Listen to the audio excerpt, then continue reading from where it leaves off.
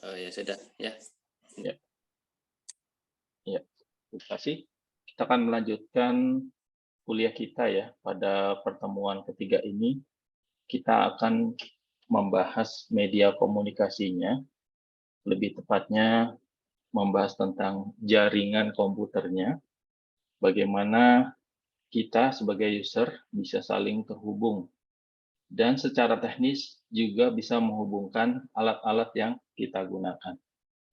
Hal ini menjadi sesuatu yang penting karena di masa saat ini kita bekerja itu saling berkolaborasi, saling membutuhkan satu dengan yang lainnya. Jadi konektivitas itu menjadi suatu hal yang sangat penting dan menjadi pengembangan yang terus dilakukan baik oleh penyedia hardware-nya maupun penyedia software-nya. Jadi jaringan komputer itu adalah perangkat-perangkat komputasi yang saling terhubung, dan alat-alat perangkat komputasinya itu dapat bertukar data, serta dapat berbagi sumber daya satu sama lain. Kita sudah mengetahui bahwa saat ini teknologi komputasinya sudah virtual ya, artinya dengan konektivitas jaringan, kita bisa menggunakan resource satu komputer dengan komputer yang lain. Kalau kalian menyewa sebuah virtual server, bisa request sampai misalnya 128 giga untuk RAM-nya misalnya. Nah, pada kenyataannya mereka itu sebenarnya alatnya tidak ada yang sampai 128. Jadi mereka itu saling disatukan ya menggunakan jaringan. Dengan penyatuannya itu maka itu bisa dijual sesuai dengan permintaan user gitu ya.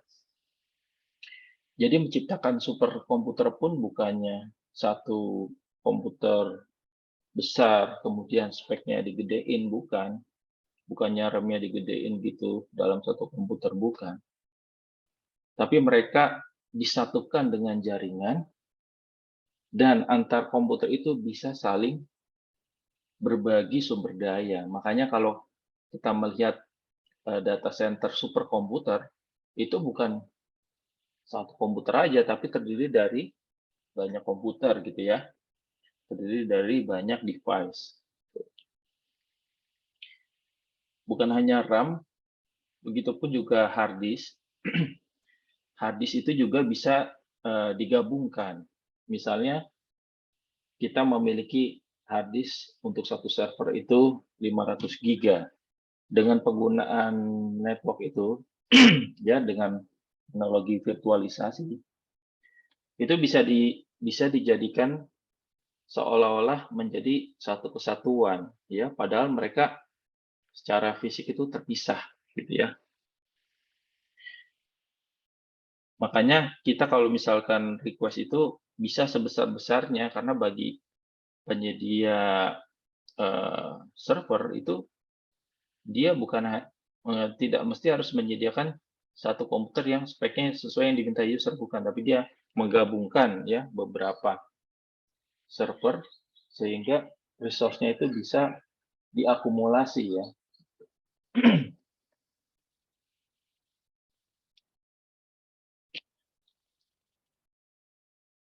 Nah, perangkat-perangkat jaringan itu bisa saling berkomunikasi, tapi bagaimana cara mereka berkomunikasi tentu saja diatur oleh yang namanya protokol ya. Ya kita kan tahu ya, protokol itu gunanya untuk mengatur ya, sama seperti kalau protokol dalam sebuah acara, misalnya saja acara upacara 17-an, pastinya di situ kan ada protokoler ya, orang yang ngatur, misalnya acara yang pertama yang dilakukan ini, tadi yang ayo mulai gitu kan. Terus selanjutnya misalnya bagian pengibar bendera jalan, nah itulah fungsi protokoler. Jadi protokol itu dia kayak semacam standar gitu, standar yang mengatur bagaimana data itu bisa saling berkomunikasi, saling berpindah gitu ya. Bagaimana terjadinya handshake dan bagaimana terjadinya pemutusan hubungan antara perangkat-perangkat jaringan gitu ya, yang menjadi tugas dari protokol ya. Contohnya protokol yang di jaringan ya TCP misalnya, UDP seperti itu ya.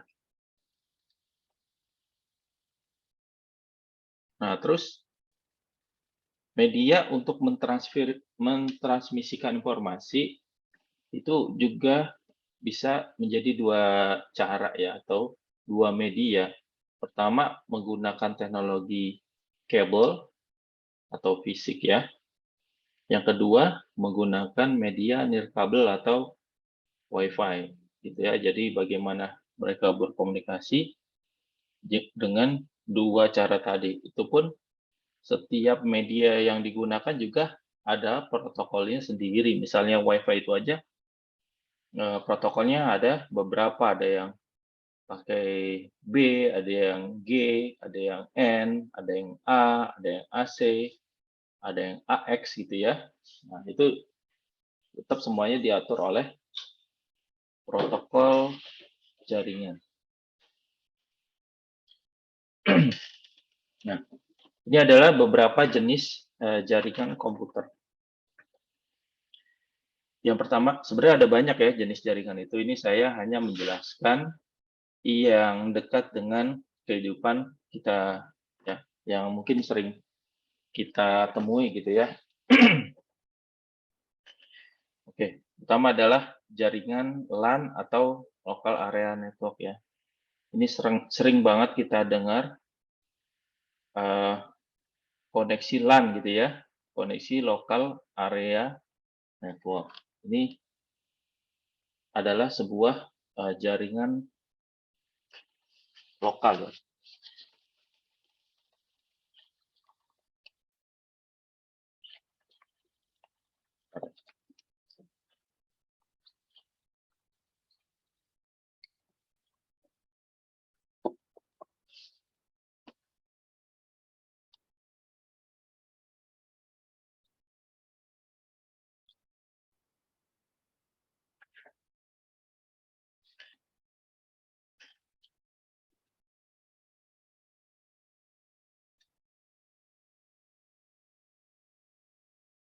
Ya, jadi kalau di sini ada sebuah area,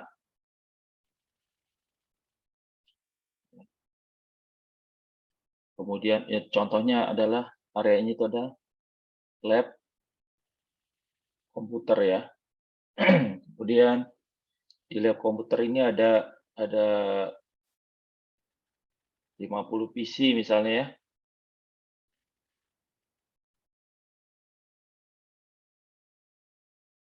Terus dia dihubungkan menggunakan sebuah switch.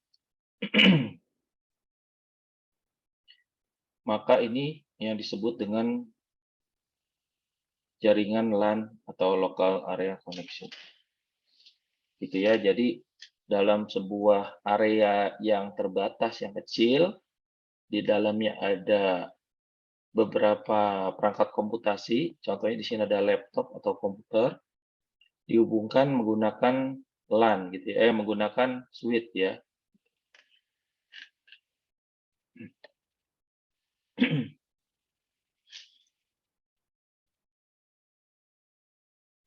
Nah, kemudian ada lagi yang namanya jaringan WLAN atau wireless local area network.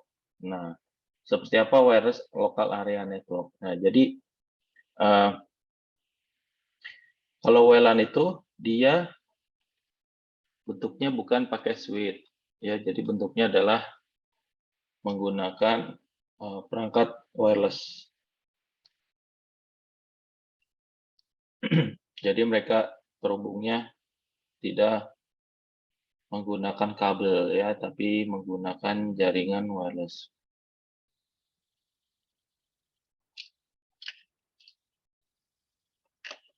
Nah, ini disebut dengan wireless local area network ya.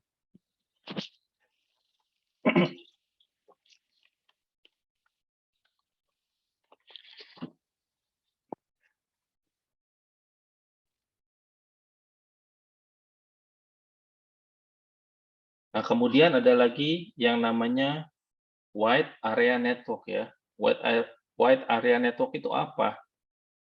Wide Area Network itu ya saat di sini ada sebuah server di luar, misalnya server itu adalah google.com ya, Google. Saat Google ini diakses oleh salah satu komputer yang ada di lab ini terjadi yang namanya jaringan wide area network ya, karena ini koneksinya mungkin sudah beda kota, beda provinsi, beda benua gitu ya. Ini untuk aplikasinya adalah internet ya. Internet itu termasuk wide area network ya, atau WAN. Tuh. Kemudian di sini ada yang namanya virtual private network ya. Kalau virtual private network itu seperti apa? VPN. Jadi VPN itu ya, misalnya ya, di sini Google ya. Google ini tidak bisa diakses ya dengan salah satu PC di sini. Ya mungkin karena ada kebijakan dari pemerintah atau apa. Terus di sini ada sebuah server VPN ya. Nah, server VPN ini dia ke Google ini bisa connect ya, lancar. Ya. Sedangkan kalau ini langsung ke sini tidak lancar. Nah, makanya tidak bisa misalnya. Makanya ini bisa kita melalui VPN ini. Jadi antara PC yang ada di lab ini sebelum masuk Google dia connect dulu ke VPN ini. Dan dia itu koneksinya adalah secure. Jadi seolah-olah walaupun jaraknya ini jauh ya, mungkin antar benua, VPN-nya misalnya di luar negeri, kita hanya ada di lab, ini seolah-olah mereka dalam satu network yang sama. Jadi seolah-olah si VPN ini posisinya ada di sini. Ada di sini. Gitu ya. Seolah-olah masih satu jaringan ya. Karena apa? Karena si VPN ini memiliki teknologi untuk membentuk tunneling. Jadi untuk membentuk sebuah lorong, lorongnya ini tidak bisa disadap. Jadi walaupun di sini di tapping, dia tidak bisa dilihat aliran datanya karena sifatnya ini biasanya sudah dienkripsi ya. Jadi antara lab ini dengan server ini itu dienkripsi ya. Jadi seolah-olah mereka dalam satu network yang sama, cuma secara fisiknya sebenarnya mereka itu terpisah jauh. Nah, ini salah satu penerapan teknologi VPN-nya. Cara yang aplikasi lainnya untuk VPN adalah misalnya kita coba clear dulu ya.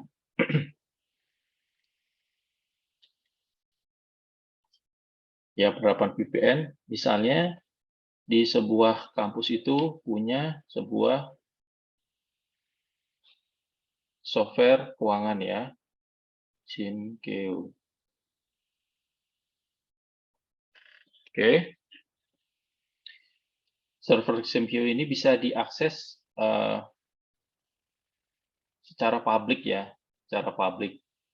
Nah, cuma hanya orang-orang tertentu aja, maaf, SimQ ini dikoneksikan ke jaringan publik atau internet. Namun dia tidak bisa diakses langsung oleh user biasa. Biasanya karena untuk keamanan, jadi kalau ada orang yang ada di luar sini ingin akses ke sini, itu dia tidak bisa. Nah, supaya hanya orang-orang tertentu saja yang diizinkan untuk connect, ini kita bisa menggunakan server VPN. Jadi orang-orang yang ada di sini, ya ini punya koneksi tunneling ke server VPN.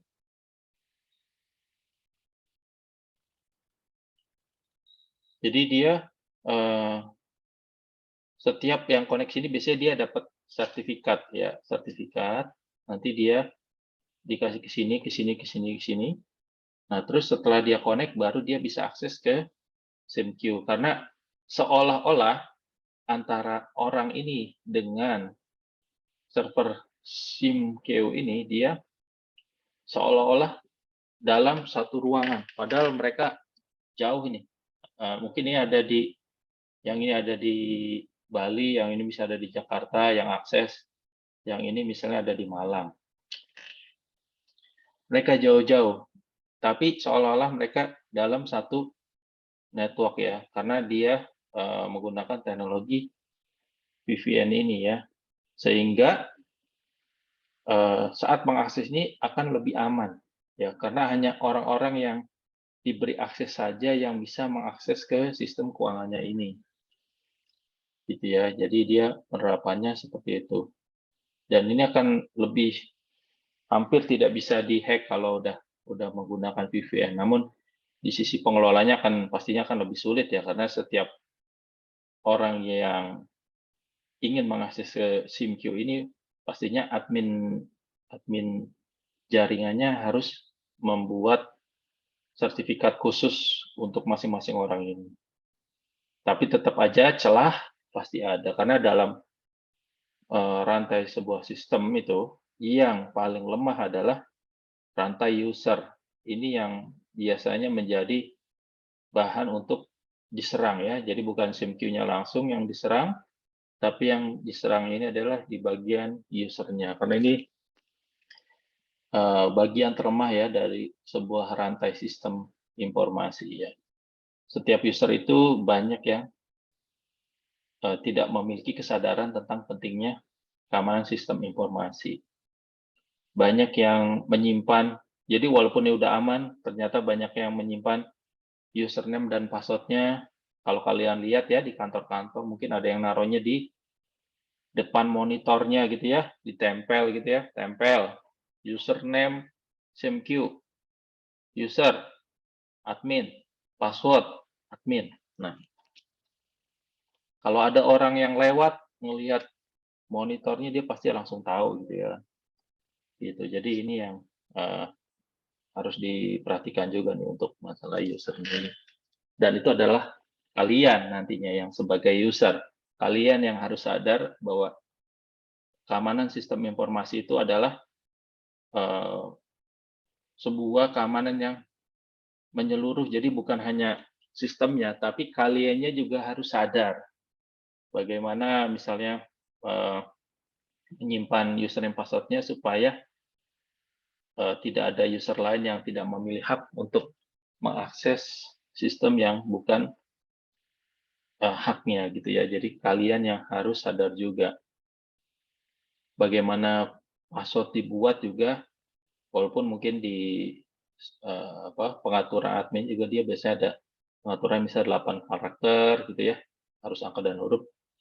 Dan di sisi usernya juga harus mengerti, jangan sampai kalian nanti mengeluh, kok ini susah banget sih username password-nya harus 8 karakter, harus ada simbol dan lain. Itu adalah bagian dari keamanan. Saya memberitahu ini dari sejak dini supaya kalian nanti pada saat masuk ke dunia kerja juga tidak menjadi bagian rantai yang lemah dalam sebuah sistem informasi.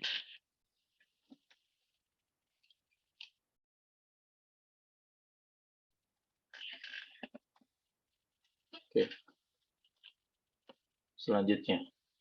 Nah, ini adalah topologi jaringan atau bagaimana sebuah komputasi itu digambarkan ya, saling berhubungan. Nah, bentuk-bentuk topologi jaringan ada banyak juga. Ya, ada banyak, dan dari beragam ini nanti saya hanya menjelaskan yang mungkin dekat dengan kehidupan sehari-hari. Jadi ada yang bentuknya ring seperti ini ya, ring. Ya, dia bentuknya seperti ini, seperti cincin. Kemudian ada yang bentuknya mesh ya. Seperti ini. Jadi titik-titiknya ada yang seperti ring, kemudian ada yang keluar dari ringnya, dan antar ring ini juga ada yang hubungan. Kalau yang ring ini biasanya untuk pembuatan core dari sebuah network yang luas. Jadi saat saya dulu PKL di Telkom, ring ini itu biasanya untuk mengcover area yang bentuknya luas, kayak misalnya area Pulau Jawa. Jadi sepinggiran Pulau Jawa itu ya itu dikelilingi oleh jaringan ring gitu ya. Gunanya nanti kalau salah satu titik putus, dia akan ngelup dari sisi yang lainnya yang masih berfungsi gitu ya. Dan ini mungkin redundansinya cuma ada 2. Jadi kalau misalnya salah satu putus kan bisa ada koneksi yang lain, tapi kalau yang satunya lagi putus juga ya nggak bisa juga gitu. Kalau yang mesh ini penerapannya ini contohnya untuk backup koneksi provider internet juga. Jadi kalau misalnya terjadi putus itu ya di salah satu, ini kan ada 3, 1, 2, 3, ini bisa lewat jalur yang lain gitu ya. Jadi si mesh ini adalah peningkatan jumlah koneksi dari ring ini ya. Gitu. Jadi mesh ini dia lebih banyak lagi ininya kemungkinan untuk terhubungnya. Jadi lewat jalur yang lain kalau misalnya terjadi putus. Nah, star ini paling banyak ya kita temui di kehidupan sehari-hari. Jadi star ini adalah contohnya, yang tengahnya ini adalah switch ya, tengahnya ini switch. Terus yang bagian pinggirnya ini adalah komputer ya, komputer kalian. Nah, kalau yang ini yang fully connected ini mungkin jadi satu jaringan yang sangat tinggi redundansinya. Kalau misalnya salah satu putus ini backup-nya sangat banyak. Cuma ini kalau untuk penerapan dalam perusahaan ini akan high cost ya, akan membebani keuangan perusahaan. Jadi untuk fully connected ini mungkin saja dibuat, tapi menurut saya menjadi tidak efisien. Ya, ini bus, ini untuk jaringan zaman dulu. Juga lain juga sama. Ya, teknologi yang zaman dulu ini menggunakan koaksial. Nah, kemudian yang tri ini adalah pengembangan lanjutan dari star ya. Jadi ntar saya jelasin deh. Nah, topologi star ya. Topologi star itu ya sama seperti yang tadi saya sudah buat ya. Jadi kalau misalnya di sini ada sebuah ruangan,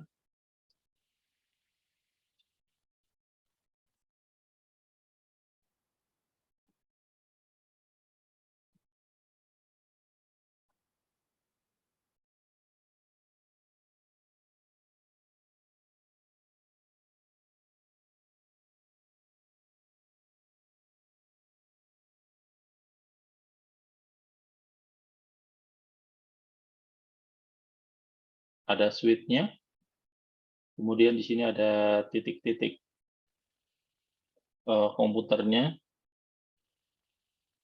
ya. Terus di titik-titik komputernya ini dihubungkan menggunakan kabel ya. Nah, ini topologi star. Jadi dalam sebuah ruangan ini, ruangan misalnya ruangan keuangan. Ya, ini adalah topologinya star. Pengembangan dari media menggunakan kabel ini kan menggunakan wireless tadi ya. Ini kita bisa ubah yang tadinya switch, kita bisa ganti menggunakan wireless. Ya. Nah, kemudian di kantor itu kan mungkin ruangannya terpisah-pisah ya. Ada yang bagian keuangan, nanti di sini ada yang bagian maintenance atau ruang maintenance. Ya, ruang maintenance juga sama, di dalamnya ada topologi star. Jadi di tengahnya ini switch, kemudian di sekelilingnya itu ada komputer-komputer. Tapi kalian jangan ngebayangin switch-nya ada di tengah-tengah meja ya, terus pinggirannya itu kalian, bukan. Nggak mesti harus kayak gitu. Oh iya, sebelumnya kalian sudah tahu tentang switch belum ya? Ya, yang udah tahu tentang switch, coba angkat tangan dulu. Present. Switch, alatnya aja dulu lah. Alatnya udah tahu belum?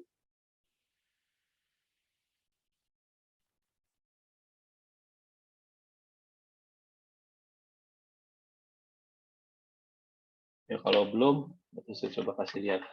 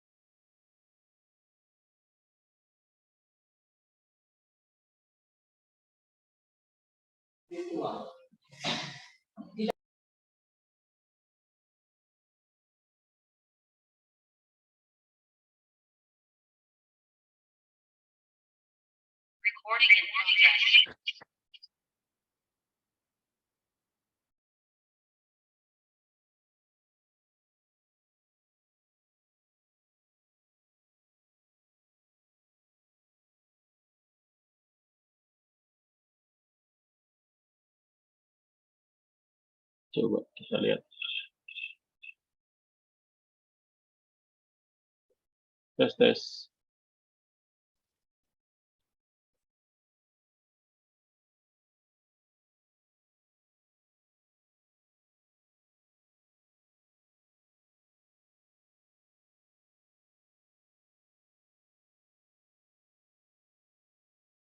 Sebentar, saya mau setting supaya bisa pakai kamera belakang. Kamera belakang nama.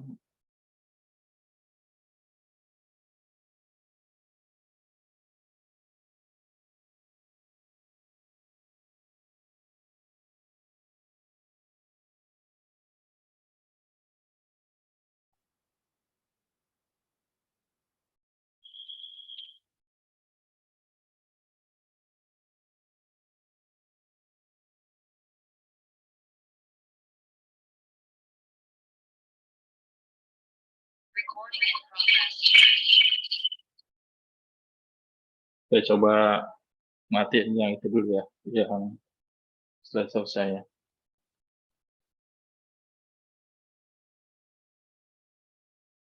Terus saya coba akses yang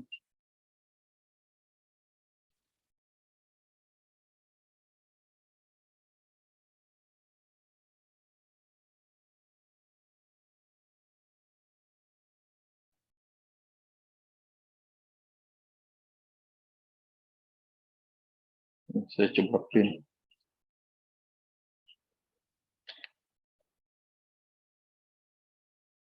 Ya, ini perangkat switch-nya ya. Jadi bukan berarti dia harus ditaruh di tengah-tengah meja. Ini ada rak-nya, rak kecil ini. Nah, switch itu ada dua ya. Ada yang manage, yang bisa diatur VLAN-nya.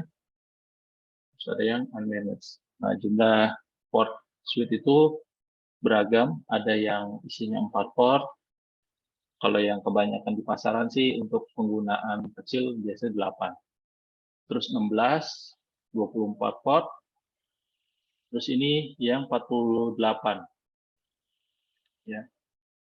Nah, yang switch yang saya punya ini dia bisa media menggunakan kabel tembaga ini, bisa juga yang menggunakan fiber optik.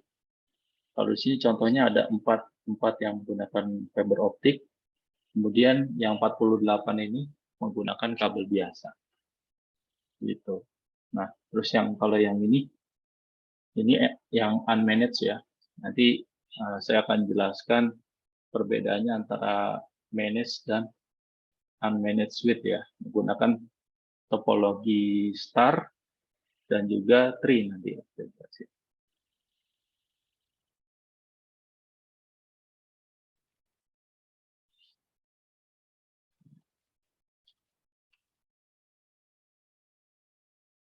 Oh ya, sebelumnya kalian juga harus tahu, jadi nanti paling nggak ngerti lah ya.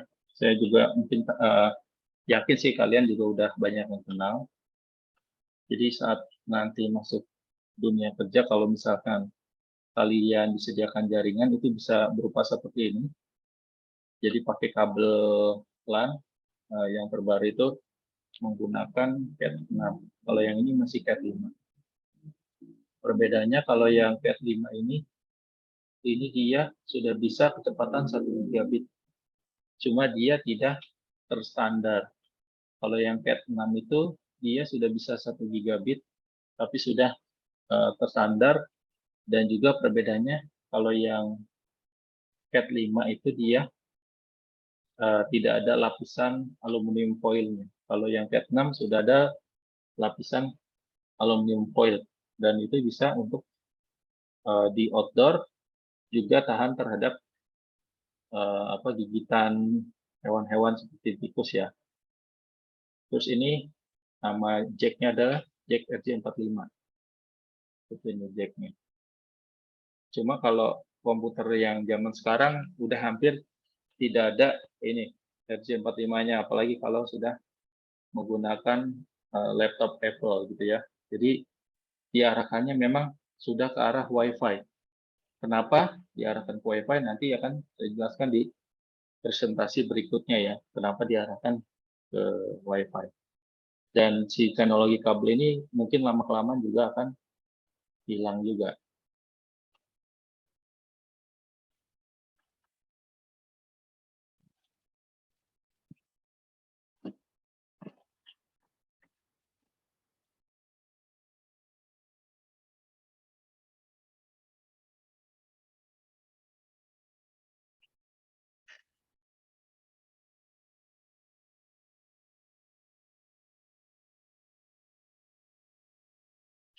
Oke, nah tadi saya sudah jelasin ya bahwa suite itu ada yang managed dan unmanaged ya. Nah, kalau yang unmanaged contohnya di ini ya, di satu lab terus dihubungin antara komputer menggunakan switch.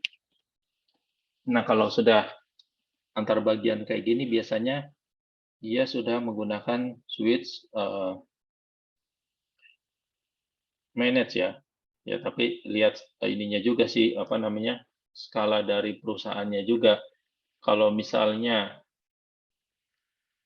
antar bagiannya itu ruangannya kecil gitu ya. Misalnya masih tetap dalam satu ruangan besar cuma dipartisi doang, ya, ya itu biasanya pakai yang unmanaged bisa. Nah, tapi kalau yang skala perusahaannya sudah agak besar, misalnya ruang keuangan dengan ruang maintenance ini sudah terpisah gedung misalnya gitu ya.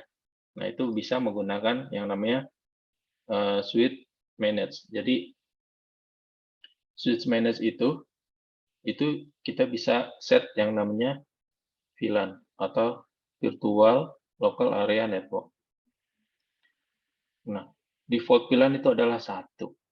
Nah, terus kita bisa mengatur misalnya hanya orang di divisi keuangan aja yang bisa connect. Ya udah berarti kita buat VLAN keuangannya itu misalnya menjadi VLAN 2. Terus ruangan maintenance bisa terhubung dengan misalnya ruangan gudang misalnya ya. Oke. Di sini ruang gudang ada beberapa perangkat juga menggunakan star. Nah, kemudian ini kita set dulu di bagian ruangan mesinnya itu menjadi VLAN 3, untuk ruangan gudang itu menjadi VLAN 4. Nah, ruangan-ruangan ini kita hubungkan dulu ke suite manage. Ruang gudang masuk ke suite manage, ruang keuangan juga, ruang maintenance juga. Nah, antara ini VLAN 1, karena ini VLAN 1 ada VLAN default, biasanya langsung kita ubah. Jadi ini ruang keuangan ini langsung jadi VLAN 2 nih, VLAN 2.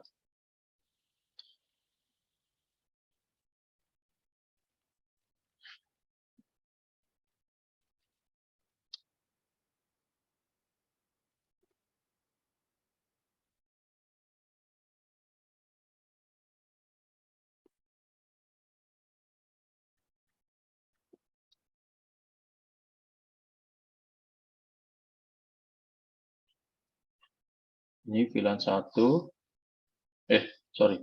Tadi maintenance VLAN 3, gudang VLAN 4.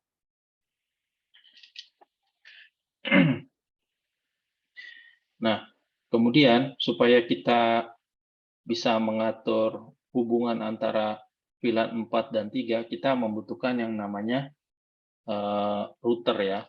Jadi router ini yang mengatur hubungan antara virtual LAN ya. Jadi switch manage itu tidak akan berfungsi secara optimal jika tidak ada yang namanya router ya. Jadi dia biasanya kalau yang switch manage biasanya selalu ada router. Tapi memang saya nemuin kadang-kadang suka ada yang mubazir gitu ya. Ada perusahaan yang ya mungkin duitnya berlebihan. Dia sebenarnya nggak perlu untuk memisah-misah VLAN-nya, tapi karena uangnya berlebihan dia beli switch yang manage yang harga lebih mahal, tapi tidak disetting ya menggunakan VLAN 1. Karena saat kita membeli switch manage, ya kalau kita tidak setting, otomatis dia sama seperti VLAN, sama seperti switch unmanaged atau switch biasa gitu ya. Tetap bisa connect, cuma ya seperti switch biasa. Tapi kan tujuan dari pembuatan VLAN itu bukan situ gitu. Nah, misalnya 3 sama 4 boleh berkomunikasi. Nah, nanti di sini nih, si router ini yang akan mengatur 3 sama 4 bisa saling komunikasi. Misalnya di keuangan ini tidak bisa komunikasi kemana-mana, mungkin di situ ada data penting, jadi dia hanya bisa komunikasi di dalam jaringannya sendiri. Nah, itu bisa diatur lewat router ini.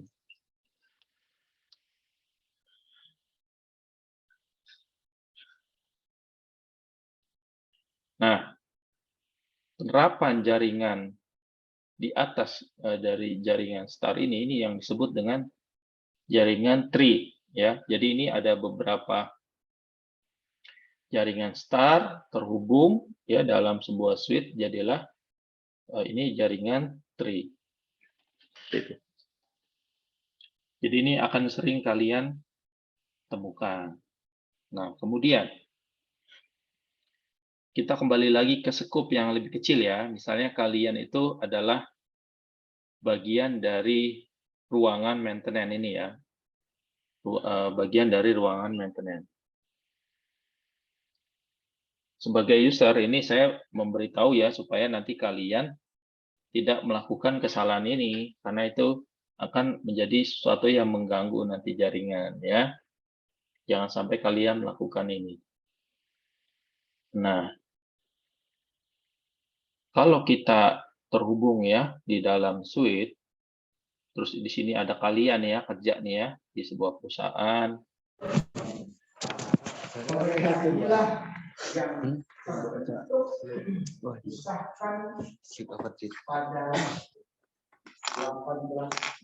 Dulu saya ini dulu.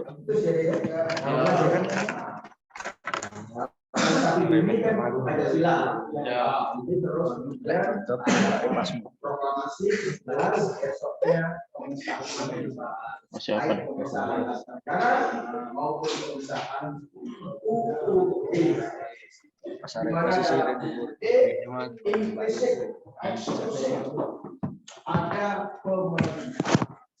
Siapa ini yang bersuara nggak kelihatan sih? Oh, mohon suaranya di mute dulu. Saya soalnya nggak ngelihat siapa yang. Kehidupan bangsa. Oke. Oke, kita balik lagi. Ya, kalian kerja di perusahaan ini, terus kalian dapat satu koneksi jaringan ya dari suite ini. Nah, ini yang mungkin kalian jangan lakukan. Ini saya sering ketemu ya di perusahaan, mungkin karena usernya tidak memiliki pemahaman tentang jaringan, itu sering terjadi yang namanya looping pada jaringan ya. Kalau sudah terjadi looping pada jaringan, udah koneksi di jaringan lokalnya akan menjadi error ya, jadi tidak bisa terkoneksi baik antar sesama pengguna maupun ke internet. Nah, ini yang sering banget saya ketemuin gitu ya.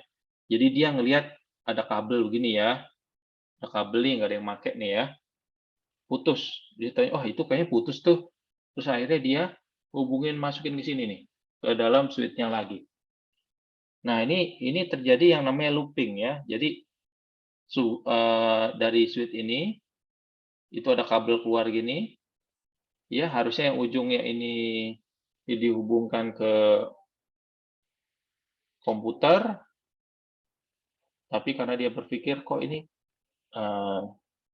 nggak ada yang terhubung nih, kita coba ini aja deh, colok gitu ya. Akhirnya dicolok lah ke sini. Nah, kayak gini. Ini error ini jaringannya. Ya, itu yang sering terjadi. Jadi kalian jangan melakukan hal yang seperti ini ya.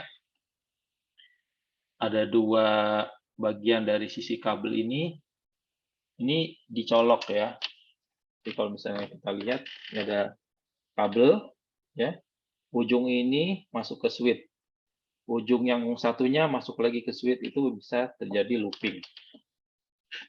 Nah, itu jangan dilakukan.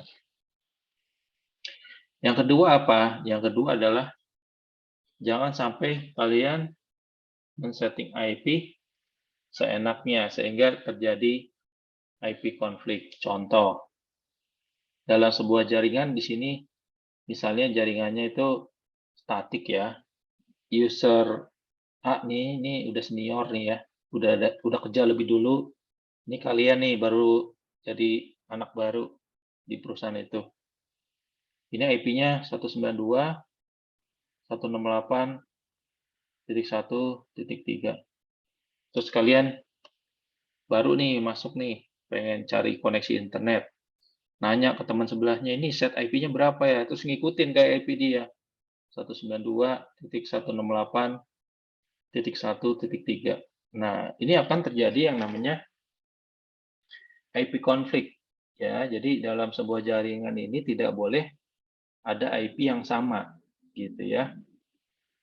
Itu terjadinya sih biasanya di jaringan yang statik ya, bukan DHCP ya, bukan menggunakan DHCP, walaupun memang sekarang sih ada teknologinya untuk mencegah ini. Jadi nanti di routernya itu ada pilihan replay only, jadi kalau ada yang ngeset manual kayak gini nanti dia akan ditolak kayak gitu ya. Jadi ini jangan melakukan ya, apalagi ini yang paling fatal mungkin ya. Di sini ada router ya, ada router.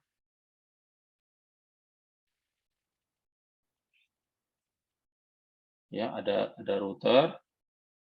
Routernya alamatnya 192.168.1.1. Ini routernya biasanya untuk koneksi ke internet.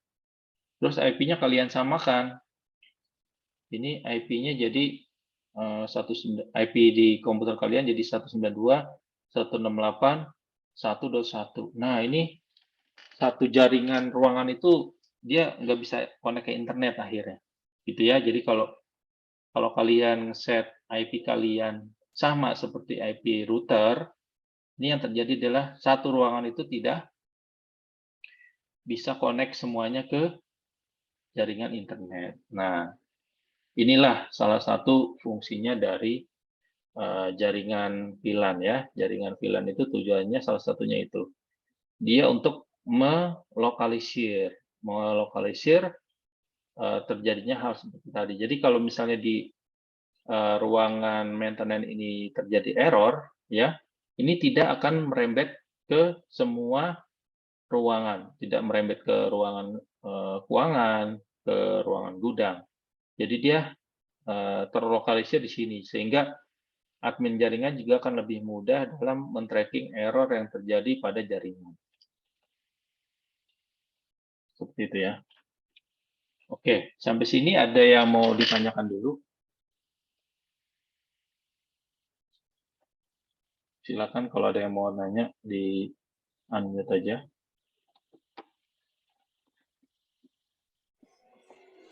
Ya, ada yang mau ditanyakan mungkin dari kalian?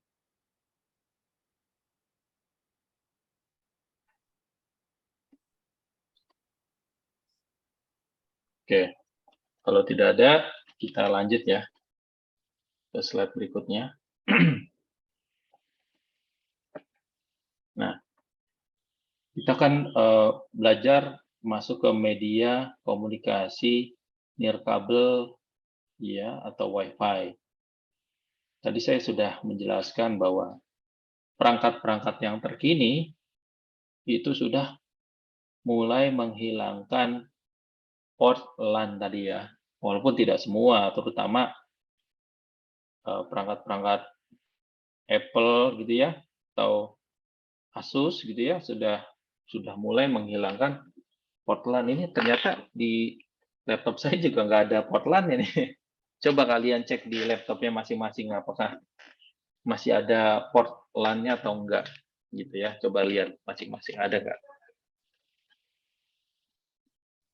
Nah, kenapa itu terjadi ya? Kalau dari saya sih ya, melihat di lapangan, pertama kalau pakai kabel itu akan menjadi cost yang lumayan tinggi di perusahaan, karena kabel itu kan pertama tidak rapi ya, sehingga perlu ada perapihan setiap tahunnya, ada maintenance. Kabel itu juga rentan digigit tikus, sehingga juga perlu ada perawatan. Terus kalau ada user baru sebagai admin mungkin harus nyiapin kabelnya. Dan lebih nggak praktisnya lagi saat misalnya terjadi mobilisasi di dalamnya. Misalnya dia dari tempat duduknya dia harus pindah ke ruang meeting. Di tempat duduknya ada kabel gitu ya, disediain. Ternyata pas di ruang meeting, yang ikut meeting ada 20 orang. Di ruang meeting cuma disediain 2 LAN-nya. Ya nggak bisa nanti yang lainnya. Ya artinya di situ terjadi kesulitan dalam terkoneksi dengan jaringan LAN maupun WAN atau internet ya. Oleh karena itu ini teknologi Wi-Fi saat ini itu bisa mulai mengatasi masalah-masalah yang terjadi, plusnya apa? Kecepatannya itu bisa bersaing dengan kecepatan kabel ya. Kita coba lihat.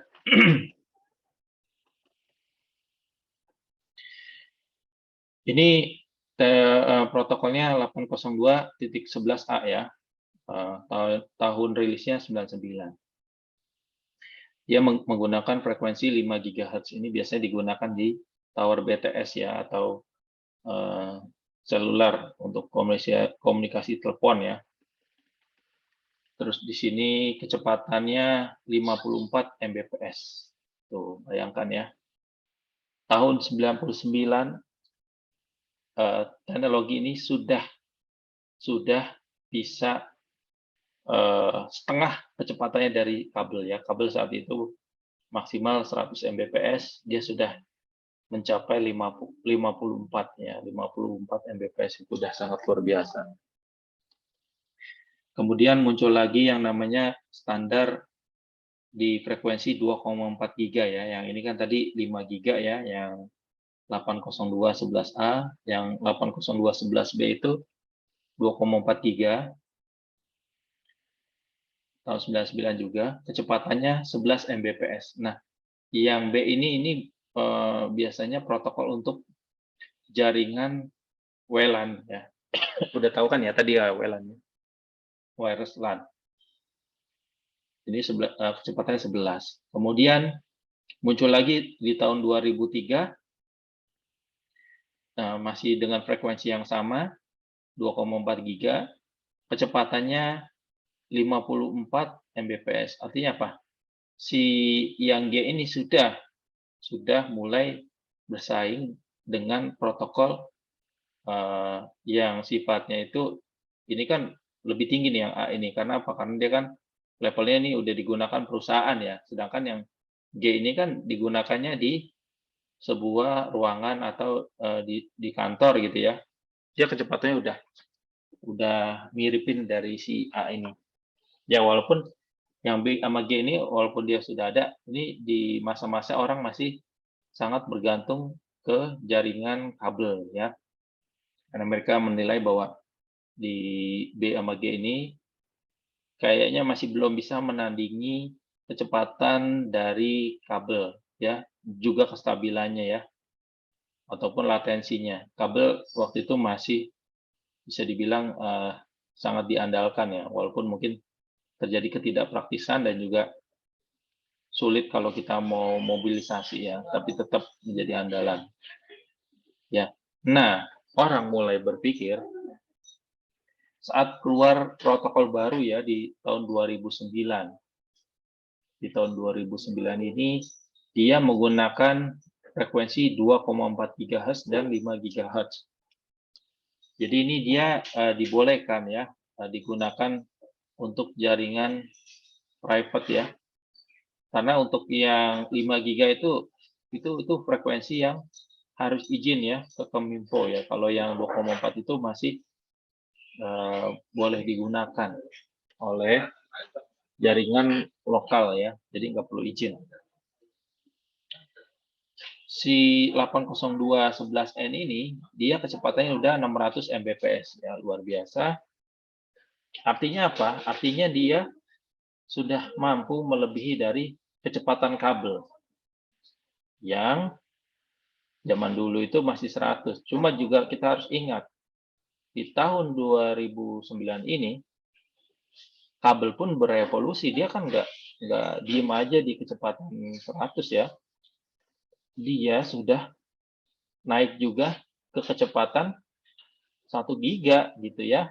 Ya di sisi user pastinya juga akan menimbang-nimbang juga. Jadi di masa N ini dia user itu masih menimbang sebenarnya. N juga diandalkan ya karena seperti ada 600. Di lain sisi si user juga masih mengandalkan kabel. Karena di kabel ini kan kecepatannya udah 1 giga ya, yang ini kan masih 600. Latensinya lebih kecil. Walaupun masih nggak praktis.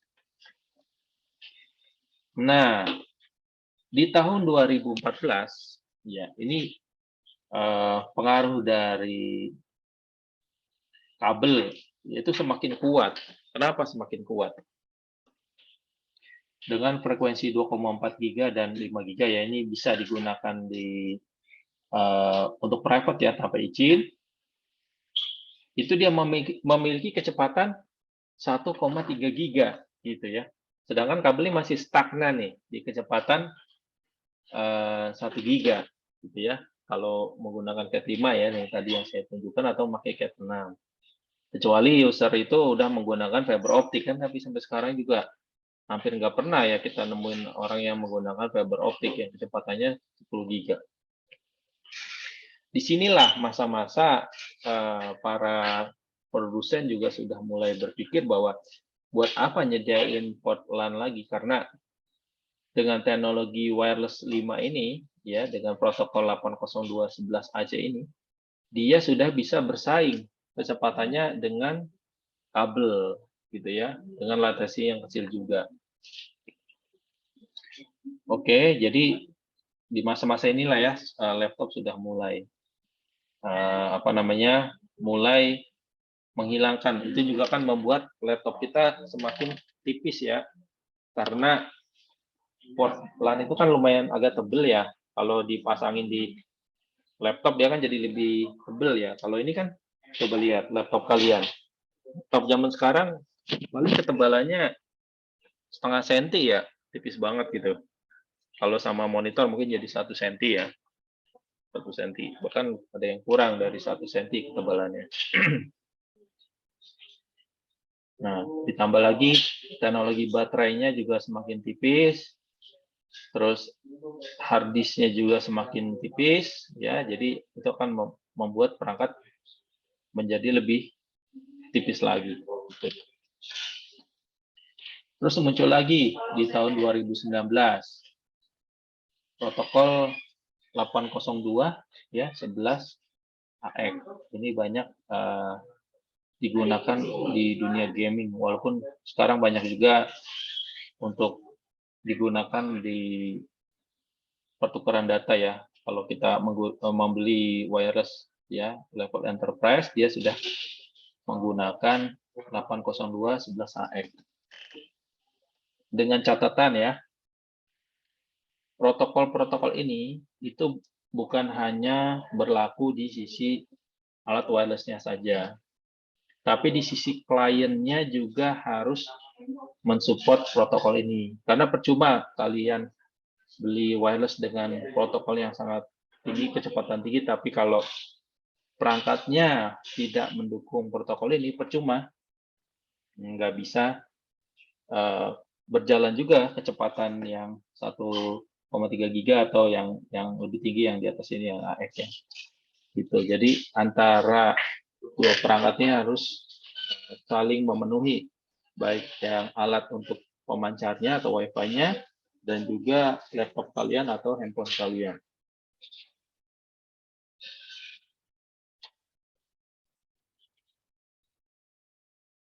Oke. Nah, saya jelaskan ya tentang ketersediaan di pasar ya. Ya, jadi ketersediaan yang di pasar yang paling banyak.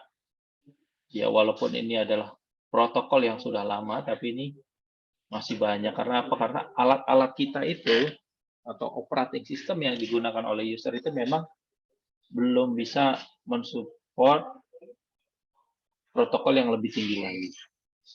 Ya, makanya keberadaan perangkat dengan protokol BGN ya atau AC itu masih banyak beredar di pasaran, gitu ya.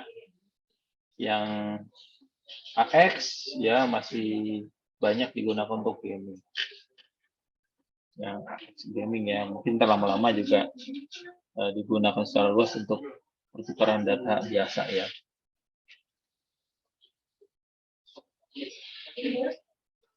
Nah, ini adalah beberapa ketentuan untuk komputer satu dengan komputer yang lain bisa berkomunikasi dengan menggunakan media nirkabel atau Wi-Fi. Ketentuan yang pertama adalah si satu laptop dengan laptop yang lain bisa komunikasi lewat Wi-Fi, itu bisa lancar terjadi kalau misalnya antar laptop ini menggunakan protokol yang sama. Jadi misalnya protokol A menggunakan protokol 802.11g, yang ini juga pakai 802.11g, mereka kalau berkomunikasi itu lancar, tidak ada gangguan ya. Atau misalnya sama-sama menggunakan AC, yang ini juga AC, dia akan lancar. Jadi kalian jangan berpikir bahwa kalau udah connect nih ya laptop ke sebuah Wi-Fi, terus mereka bisa mudah untuk komunikasi. Enggak, ini ada beberapa ketentuan ya yang harus dipenuhi. Terkecuali kabel, kalau kabel udah pasti bisa, gitu ya, kecuali itu diblok sama firewall, gitu ya, atau diblok sama router. Nah, kemudian ada ketentuan yang lain. B, ya misalnya ada laptop yang A, ini yang laptop B, yang satu menggunakan B, yang satu menggunakan G, ya itu bisa saling berkomunikasi juga dengan lancar, tapi dengan syarat pada settingan wirelessnya itu, ya itu mix 802 BGE-nya itu diaktifkan. Gitu. Ya, jadi kalau kalian masuk ke dalam settingan wireless itu harus diaktifkan dulu, baru nanti dia bisa saling terhubung antara misalnya B sama G atau G sama N. Harus diaktifkan mix-nya dulu. Kalau nggak diaktifkan, misalnya N only, ya berarti hanya cuma N sama N doang yang bisa komunikasi, gitu ya. Nah, kemudian itu tadi yang di level 2,4 ya untuk B sama G, dan N-nya ini kan ada 2 ya. Dia bisa di 2,4 dan juga bisa di 5 giga. Nah, untuk di level yang 5 giga, nah ini yang A, N sama AC. Ya. Ini jadi si A, N sama AC ini bisa saling berkomunikasi juga dengan syarat itu yang settingan mix A, N sama AC-nya juga diaktifkan. Jadi kalau kalian buka pengaturan wireless supaya bisa saling komunikasi, itu harus diaktifkan. Nah, gitu ya. Sedangkan wireless tipe B, G, ya itu berkomunikasi dengan A itu tidak bisa saling komunikasi. Contohnya, ini handphone saya ya, dia menggunakan untuk selulernya pakai A ya, kayak A. Kemudian laptop saya pakai B sama G. Dia tidak bisa berkomunikasi. Yang paling alasan utamanya karena frekuensinya beda gitu ya. B sama G menggunakan frekuensi 2,4 giga, yang A itu dia menggunakan frekuensi 5 ya, makanya nggak bisa berkomunikasi ya. Dan di settingan dari wirelessnya juga tidak ada settingan mix antara B, G atau A gitu ya.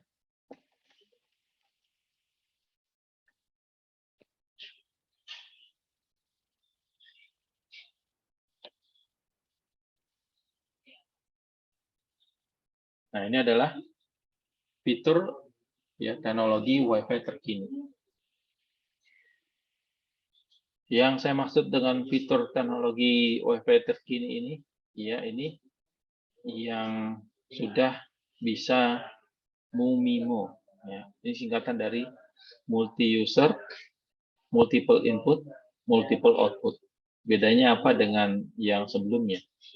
Jadi yang sebelumnya itu satu wireless itu hanya bisa terhubung ke satu laptop secara bergantian, gitu ya. Jadi kalau yang SUMIMO itu dia hanya bisa melayani, ini si wireless ini bisa melayani ke laptop secara bergantian.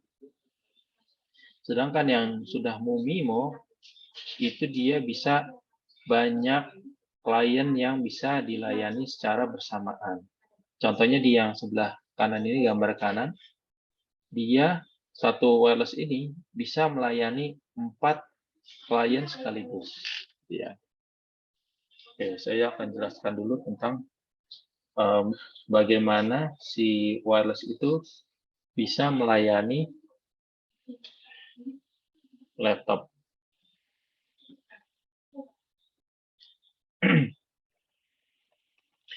Ya, jadi wireless, ini wireless, kemudian di sini ada laptop, sini ada laptop, ini ada laptop. Jadi kalian harus tahu bahwa wireless, alat wireless ini atau Wi-Fi itu dia tidak unlimited. Ya, dia memiliki batasan. Saat si alat ini dibebani oleh banyak koneksi, dia biasanya nggak mampu. Apalagi kalau beli alat-alat Wi-Fi-nya yang harga 200.000, yang 300.000. Kalian bandingkan aja, yang saya pernah beli yang paling murah misalnya 1,5 juta, itu efektifnya dia hanya mampu menangani 20 user. Ya, apalagi di bawah itu. Kenapa dia demikian? Karena gini, kalau kabel kan dia bisa sekaligus ya bersamaan menanganinya. Misalnya ini switch, itu terus itu laptop, ya ini dia bisa bersamaan. Sedangkan kalau di wireless, di dunia wireless, saat masih menggunakan Sumimo yang single user, si laptop ini cara melayaninya begini. Pertama dia melayanin salah satu laptop dulu ya, ini misalnya. Saat dia melayani yang ini, yang tiganya itu tidak mendapatkan respon dari dia, makanya dia latensinya bisa sangat besar nih kalau yang jaringan, karena dia seolah-olah kayak menunggu ya, menunggu. Ini saya jelaskannya karena ini dengan cara yang lambatnya, padahal dia sih ngelakuinnya lumayan cepat gitu ya. Ngelakuin, udah selesai, langsung dia akan melayani user yang lain. Jadi kalau misalnya ini udah dilayani, udah selesai, baru dia melayani user yang lainnya. Sini. Gitu ya. Ini selesai, baru dia melayani user yang lainnya lagi. Nah, bayangkan. Tadi di sini kan kita lihat namanya alat ya, mungkin ada yang dekat, ada yang jauh. Dia ada yang dapat sinyalnya 4, ada yang dapat sinyalnya 1. Saat ini melayani sebuah alat yang lebih jauh dari yang lainnya, sinyalnya 1 misalnya ya. Kalau ini belum selesai dilayani, maka yang lainnya akan menunggu. Nah, itu jadi salah satu kelemahan dari wireless ini ya. Jadi kalau misalnya ada satu user aja nih jauh nih ya, jauh dari wireless, maka dia melayaninya akan lebih lambat. Karena apa? Karena sinyal yang dia dapatkan kan cuma 1 gitu ya. Makanya ini bisa mempengaruhi kinerja dari si wireless ini, gitu ya. Untuk mengatasinya sih ada caranya. Jadi caranya itu kita dengan cara ngerendahin yang namanya wattnya. Jadi wattnya itu dibuat kecil supaya apa? Supaya kalau ada yang klien yang posisinya jauh seperti yang gambar ini, ya, ini kan jauh nih. Kita misalnya wattnya awal mulanya 1 nih, kita rendahin jadi 0,5. Maka yang ini jadi disconnect kan, nggak dapat sinyal. Mendingan seperti itu, mendingan seperti itu. Jadi mendingan dia nggak dapat sinyal. Kenapa? Ya sekalian aja diputusin gitu koneksinya daripada ngeganggu yang lain. Gitu. Jadi caranya itu. Makanya watt besar di WiFi itu tidak selalu menguntungkan kita sebagai user. Gitu ya. Karena orang ada yang beli wireless, wattnya cari yang paling gede. Waduh, padahal kalau dengan kita setting watt paling gede, artinya jangkauan si alat ini itu kan jadi semakin luas ya coverage-nya yang ini. Artinya kalau yang jauh-jauh kayak gini juga akan tetap dilayani. Ini akan membuat kinerja dari wireless ini akan menjadi lebih lambat, gitu ya. Tapi watt gede itu juga tidak selalu buruk. Itu misalnya aplikasinya untuk apa? Misalnya aplikasinya untuk koneksi antar gedung. Misalnya di sini ada gedung. Bisa hapus dulu.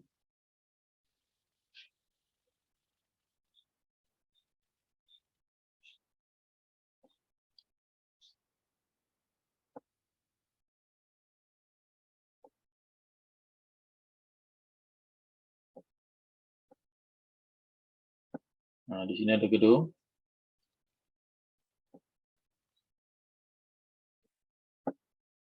Gedung ini misalnya jaraknya 1 kilometer ya. Kalau kita pakai wattnya kecil 0,5 ini nggak nyambung ya, makanya kita pakai yang wattnya gede. Misalnya wattnya pakai yang 2 watt. Maka ini akan terhubung gitu ya. Nah, ini aplikasi yang tepat kayak gini untuk yang watt gede. Jadi dia koneksi Wi-Fi-nya itu antara 2 titik aja gitu, antara gedung A sama gedung B. Jadi gedung A, nah,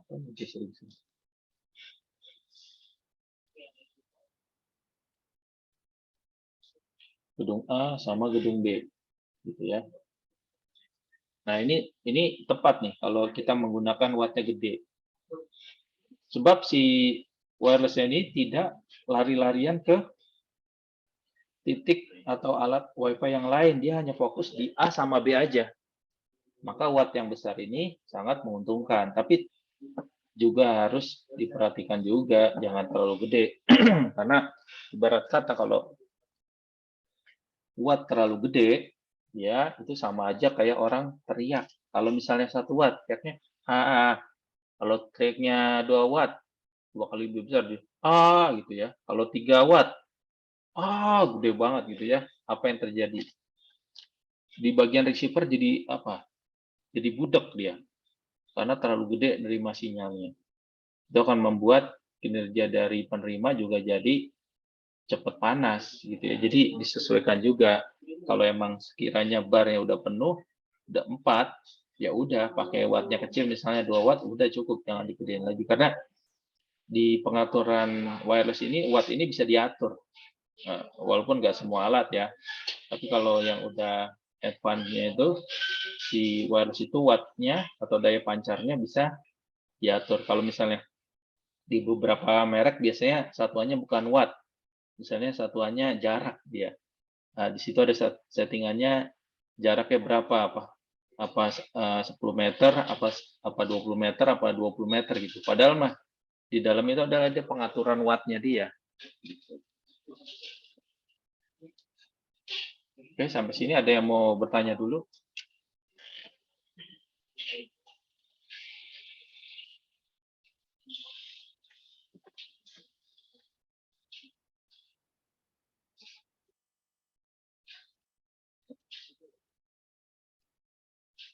Ya, nggak ada ya. Ya, kita masuk ke slide berikutnya. Nah, ini adalah fitur selanjutnya. Fitur selanjutnya itu adalah OFDMA. Ini hanya tersedia di protokol 802.11 AX yang tadi saya bilang untuk gaming ya. Nah, untuk penjelasannya mari kita lihat video berikut ini ya.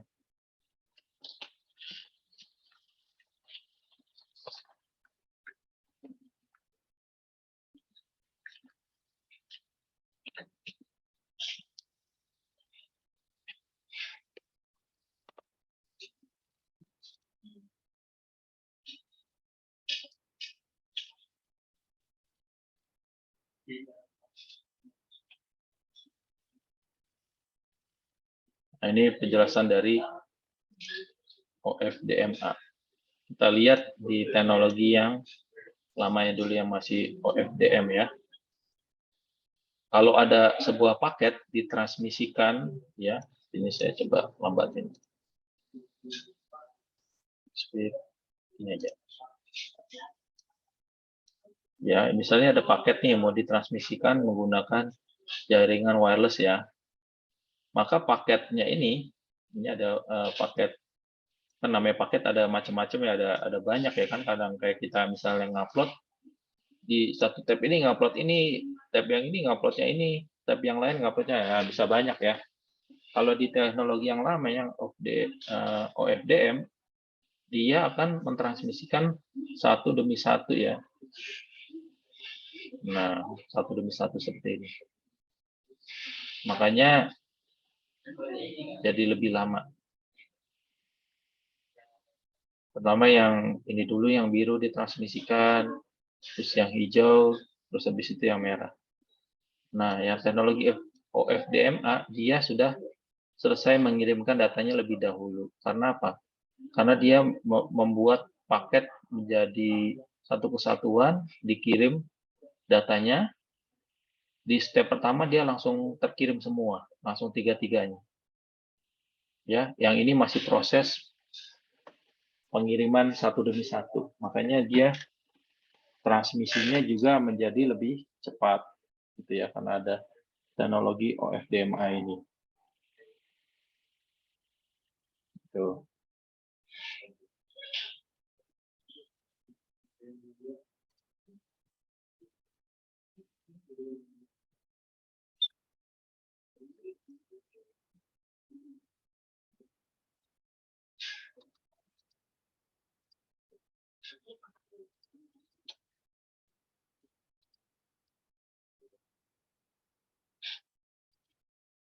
Ya, ada lagi satu lagi. Ini belum saya masukin.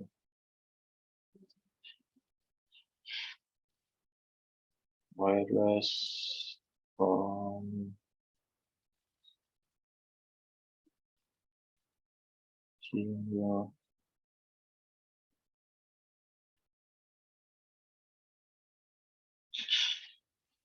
Nah, ini ada lagi fitur Wi-Fi itu adalah wireless roaming dan single SSID.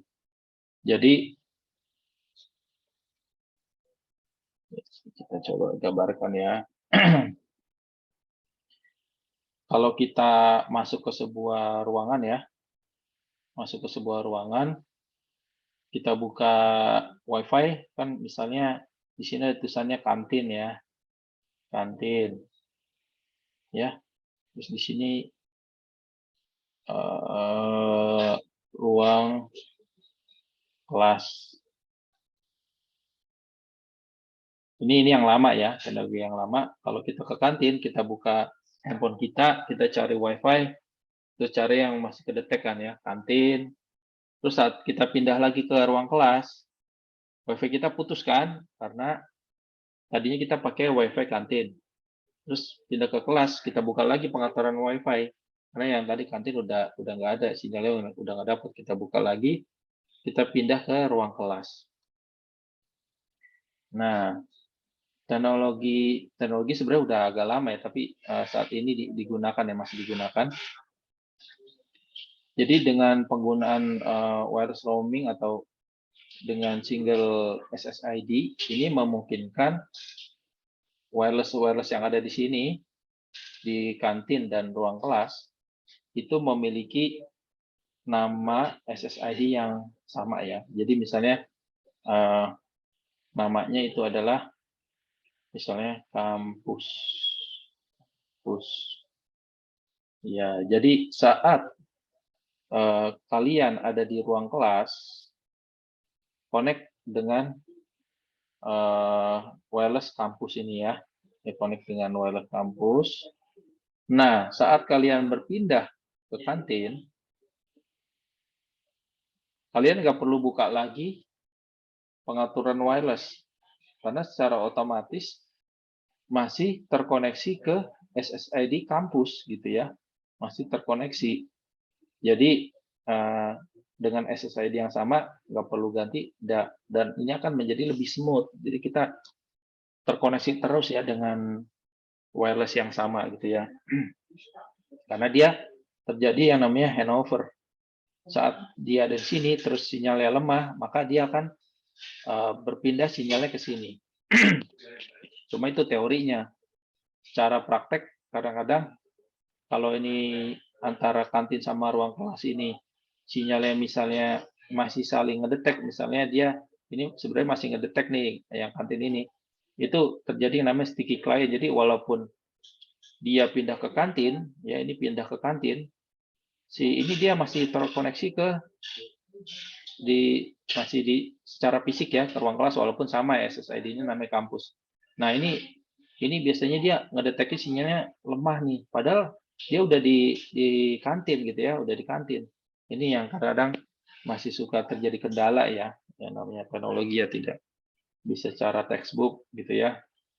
Ini juga sebenarnya bisa diatasi dengan pengaturan WiFi jangan terlalu rapat misalnya ya. Jadi kalau terlalu rapat begini, jadi dia istilahnya sticky client. Dia itu masih terhubung ke wireless sebelumnya ya, karena ini seolah-olah kan masih dapat sinyal gitu ya. Kan padahal secara praktek harusnya dia itu udah putus nih di sini, harusnya udah putus. Gitu ya. Harusnya udah putus, terus ini dia koneksi. Nah, itulah untuk kendala yang terjadi di lapangan. Ya, kalau misalnya kita memaksakan ya pakai yang teknologi lama ya, di kantin ini kita bikin kampus, di sini kampus lagi, tetap aja kita harus connect 2 kali. Ya, jadi walaupun namanya sama, dia tetap nggak bisa menghandle langsung connect gitu, enggak. Karena berbeda antara di sini kita kasih nama kampus juga, di sini juga kita kasih nama kampus itu beda, nggak sama seperti wireless roaming tadi. Gitu. Oke, karena waktunya sudah habis juga, kita lanjut ke slide berikutnya. Ya. Jaringan, kita masuk ke jaringan 4G ya. Jaringan 4G ini adalah jaringan yang saat ini kita ketahui dan kita rasakan ya bersama. Nah, cuma yang sering kita dengarkan 4G LTE ya. 4G LTE itu tidak sama dengan 4G yang sebenarnya. Karena kalau misalkan mau ngikutin standar, ya 4G itu kecepatannya adalah 1 gigabit per second, atau mungkin syarat minimum untuk mengikuti standar 4G ini adalah 100 Mbps gitu ya, 100 Mbps. Nah, makanya muncullah kayak teknologi penengahnya ini gitu ya, supaya si operator ini bisa juga beroperasi dan memiliki pengeluarannya lebih sedikit gitu ya. Pengeluaran lebih sedikit, maka muncullah teknologi 4G LTE ini. Jadi 4G LTE ini dia kecepatannya dari 10 sampai 100 ya. Kalau kalian coba speed test ya, speed test itu kecepatan 4G LTE itu bisa 4G LTE itu bisa sampai 100. Saya sudah pernah speed test di rumah saya. Yang terakhir itu 50 Mbps. 50 Mbps. Namun saya pernah juga setting sampai 100 gitu. Nanti coba kalian speed test aja ya. Coba kalian speed test di tempat kalian berapa speednya.